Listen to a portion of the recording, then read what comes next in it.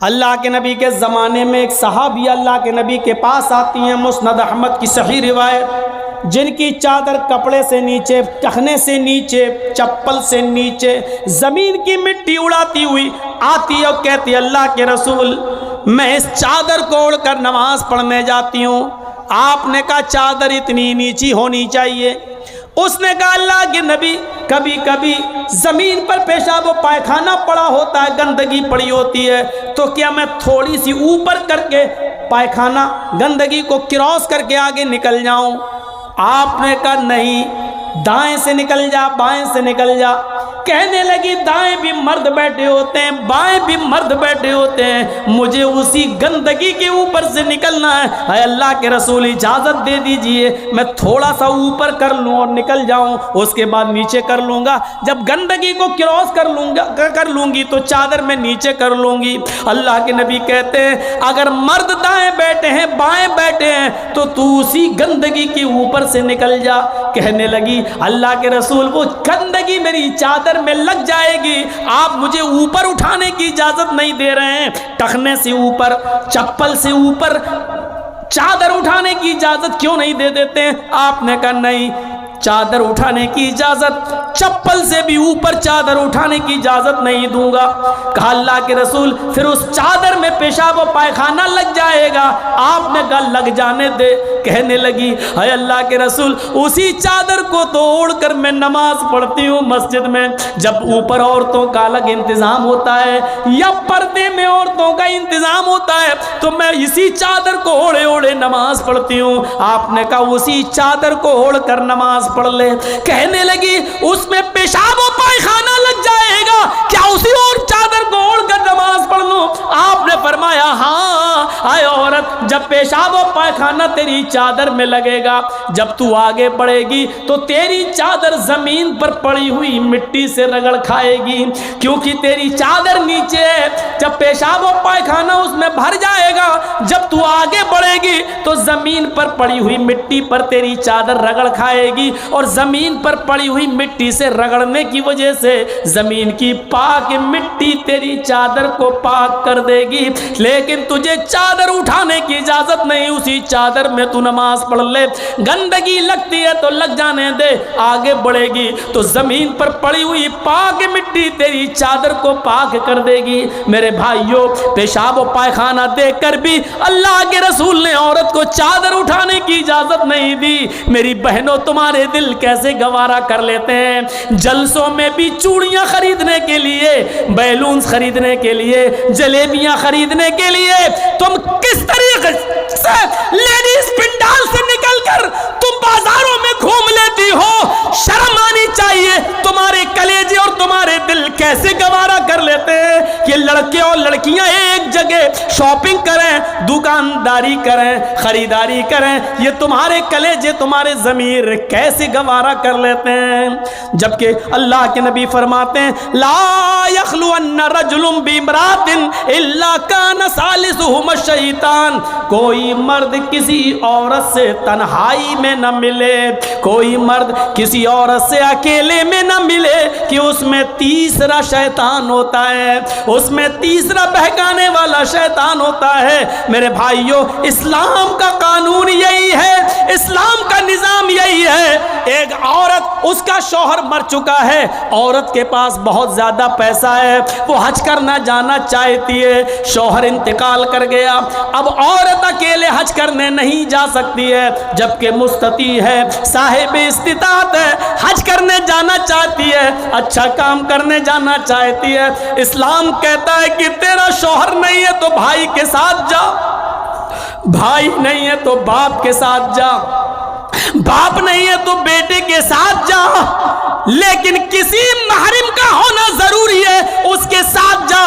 چیخ کر عورت کہتی ہے کوئی نہیں ہے، میرے پاس دولت ہے۔ اللہ کے نبی کہتے ہیں پھر دولت سنبھال کر اپنے پاس رکھ، اگر تیرا بھائی نہیں ہے، بیٹا نہیں ہے، شوہر نہیں ہے، باپ نہیں ہے، کوئی محرم نہیں ہے تو تو اکیلے حج کرنے نہیں جا سکتی ہے۔